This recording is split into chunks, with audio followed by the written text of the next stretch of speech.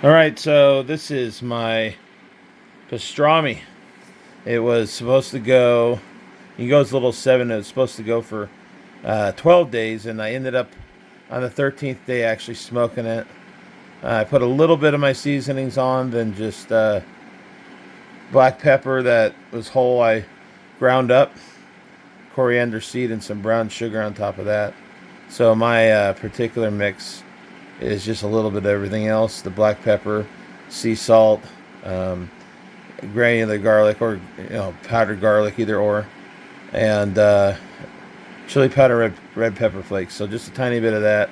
So this is day 14. Let it rest. It ended up being pulled. Went on at 9:30. Got pulled at 8:10. So we were literally hour 20 shy of 12 full hours. So yeah, it went pretty quick and it was good. So here we go. I'm gonna pull it out of here and slice it. See how it is. All right, so there she is. So we're just gonna slice down the middle here between the point and the flat. You can see this is the point, this is the flat. Okay. Now I didn't make video of the rest. I got pictures, so I'll include them at the end of this.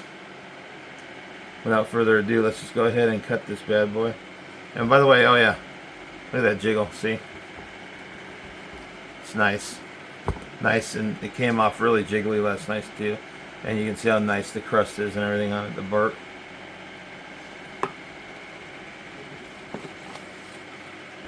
Moment of truth.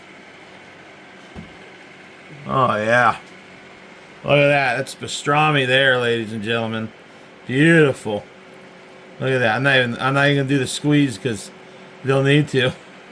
It's pouring out of there. Now keep in mind, I do fat cap up. I don't wrap.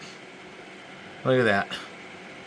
That's gorgeous. Just barely touching it. Look at the juice coming out of that. Fat cap up. I don't wrap. I let it ride 225. On this one, I did a little bit different on the temp. Usually I let it ride 225 until 203 internal or probe tender. So this time I went and turned it up after it went over 165.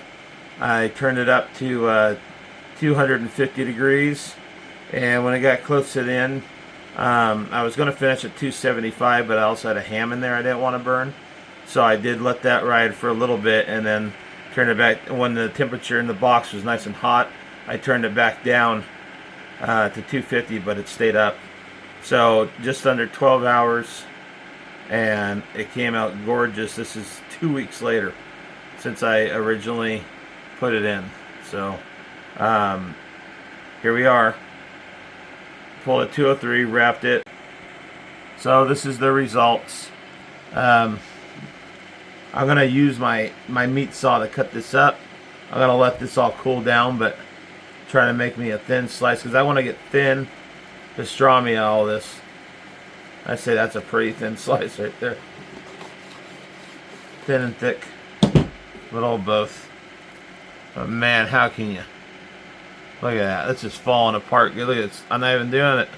Just fell apart. Beautiful. Look at this. Look at the grain in that. Unbelievable. Real quick for the taste test.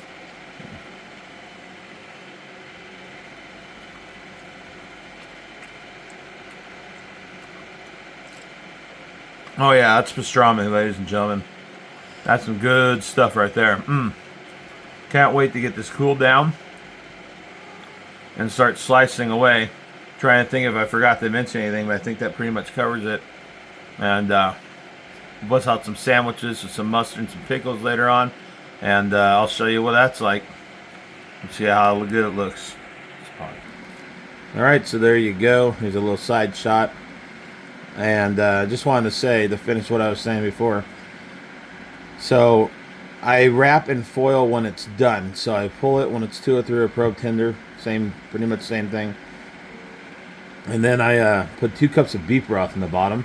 I do not get it on top of the bark, and it completely absorbed it, so it'll do that. So the rest on this was from 9:30 last night. Or I'm sorry, it was from 8:10. I pulled it from 8:20, and then I just sliced into it just before 8 this morning. So about a 12-hour rest, And that's the results. So almost 12 hours in, just under. It's 11. This one went pretty quick. And that had something to do probably with my raising the temperatures. But that was the whole thing. 225, let it ride, fat cap up. You can use a binder or not on pastrami. I decided not to. And then this heavy chopped peppercorn finish with all the other stuff I mentioned before. Anyway, hope you enjoy it. I'll make more pictures later. So today we're slicing up the pastrami, and this is my Rival electric meat slicer. It's been in my family a long time, passed down from my parents, God rest their soul. And right now we're doing some thin slices. So you can see here I got this nice pile going on. You can see how nice and thin it is. I'm going to do some of it thicker too, but this is for the thin part of it. And I just wanted to show you my cool little retro deal here.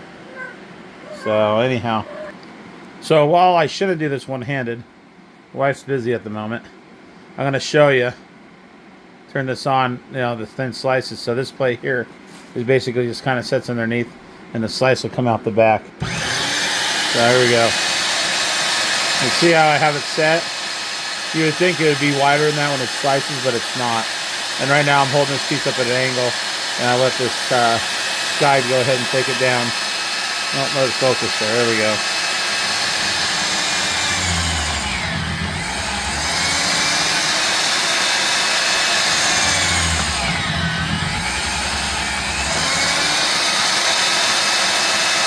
See the thickness, and then when it comes out the back.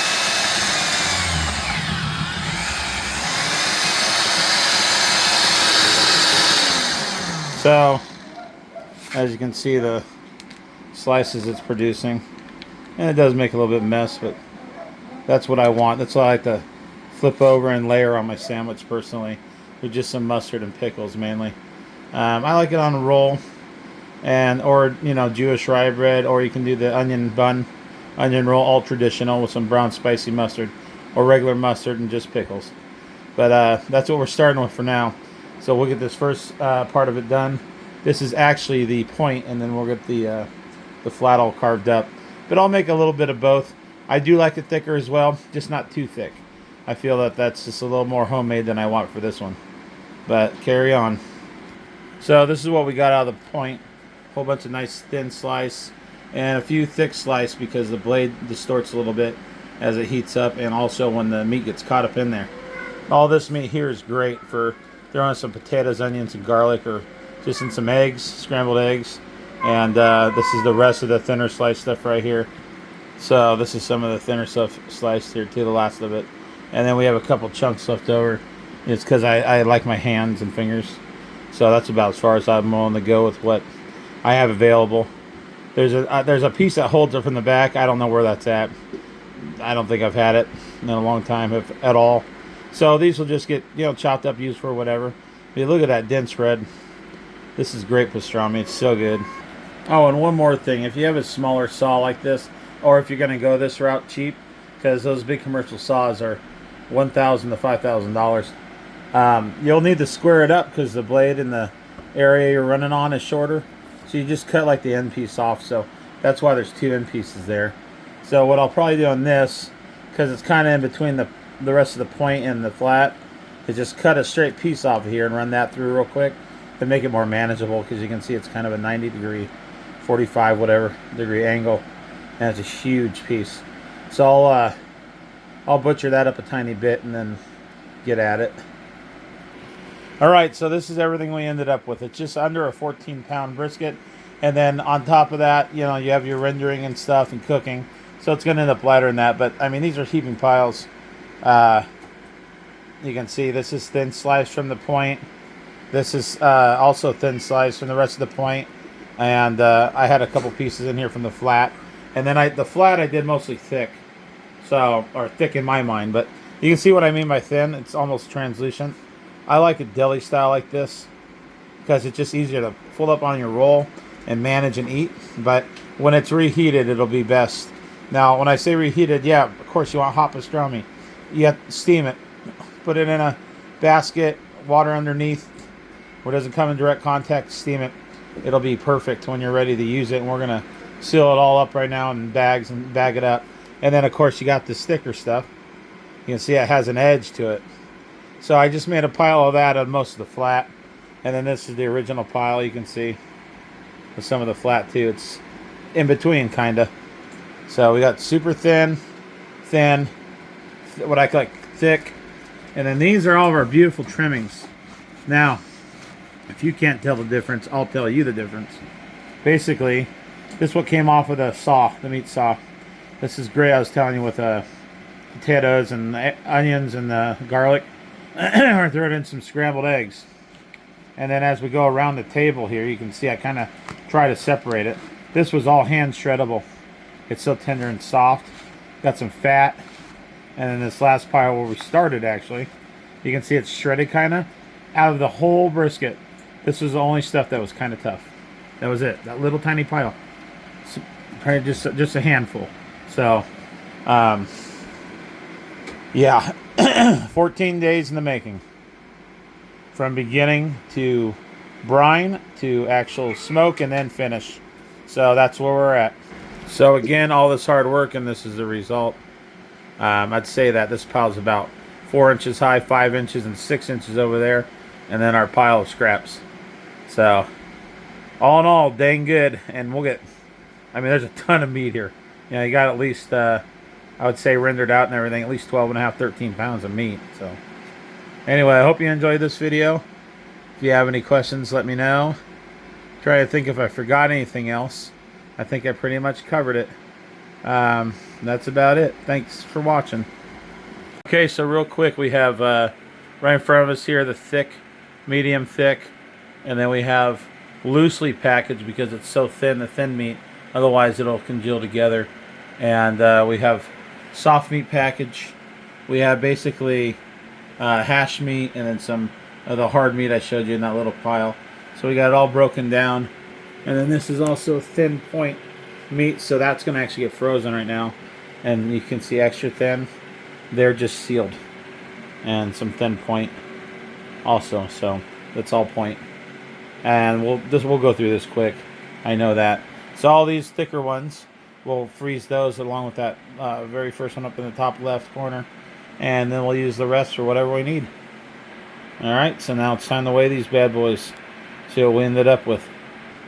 So the first thick flat is 1.11, well, let's call it 12, so 1 pound, 12 ounces. Okay, medium thick on the flat is 1.5 ounces, so 1 pound, 5 ounces. Alright, so this thin from the point, medium thin, whatever you want to call it, 13 ounces, so just under a pound. Okay, so the thin point is, we'll just call it 1.15, so almost just under 2 pounds. Okay, the extra thin meat here is 1.9, so 1 pound, 9 ounces. Okay, so 4 ounces of soft meat. That's just going to be good for like a small sandwich. Just throw it in there. It's thin cuts that just fell apart. Okay, so for our hash, just under 4 ounces. You know, throw that in with some potatoes, onions, and garlic, or just some eggs, whatever you want to do. And we'll just call it 4 ounces for our hard meat. And it's not actually hard, it's just once it's heated back up again, it will be nice and soft. That's all there was in the whole dang thing. So I think that's pretty good.